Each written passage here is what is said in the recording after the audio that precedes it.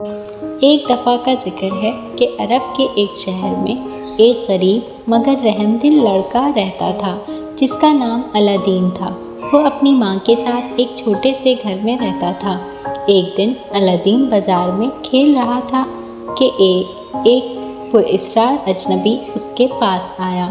پراسرار اجنبی: ہیلو نوجوان، میں آپ کے والد کا ایک طویل عرصے سے کھویا ہوا دوست ہوں۔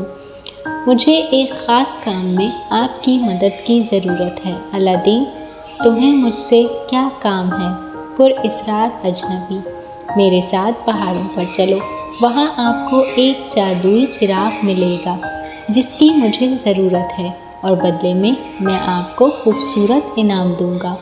الادین اور اجنبی پہاڑوں میں ایک چھپی ہوئی غار کی طرف سفر کرتے ہیں۔ پراسرار اجنبی غار کو کھولتا ہے، اور جیسے ہی غار کھلتا ہے، سونے کے زیورات اور ایک سادہ پرانے چراغ سے بھرے خزانے کے کمرے کا راستہ کھل جاتا ہے۔ پراسرار اجنبی چراغ کو اپنے پاس لانے کو کہتا ہے اور کہتا ہے کہ کسی اور چیز کو چھونا مت۔ الادین کو چراغ مل جاتا ہے اور وہ وہاں سے خوبصورت اور چمکدار سونے کے زیورات بھی اٹھا لیتا ہے۔ غار گڑگڑانے اور بند ہونے لگتا ہے۔ اجنبی ایک شریر جادوگر کے طور پر اپنی اصلیت کو ظاہر کرتا ہے۔ چراغ لینے کی کوشش کرتا ہے لیکن ناکام رہتا ہے۔ شریر جادوگر کہتا ہے: اے بے وقوف لڑکے، مجھے چراغ دو۔ الادین کہتا ہے: پہلے میری مدد کرو۔ جادوگر الادین کو غار کے اندر پھنسا کر چھوڑ دیتا ہے۔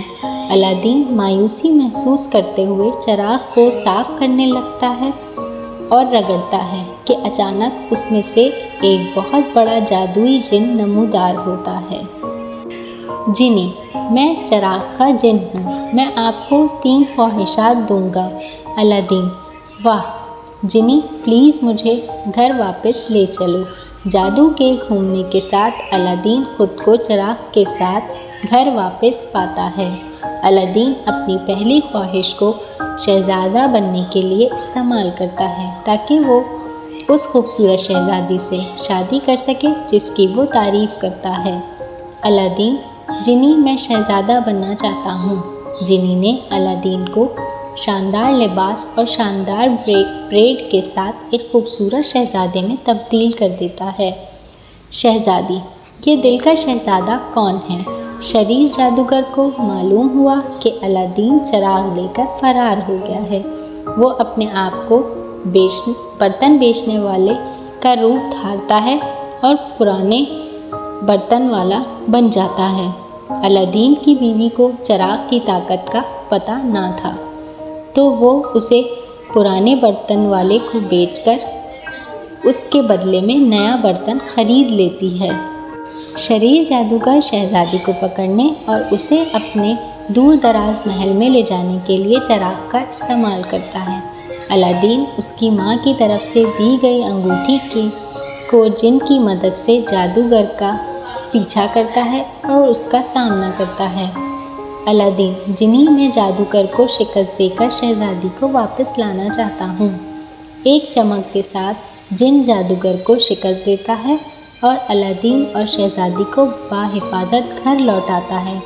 الادین اور شہزادی ہمیشہ کے لیے جن کو آزاد کر دیتے ہیں اور باقی خواہشوں کا استعمال کرتے ہوئے خوشی سے رہتے ہیں۔ جنی کہتا ہے: آپ کا شکریہ الادین، آج سے میں آزاد ہوں۔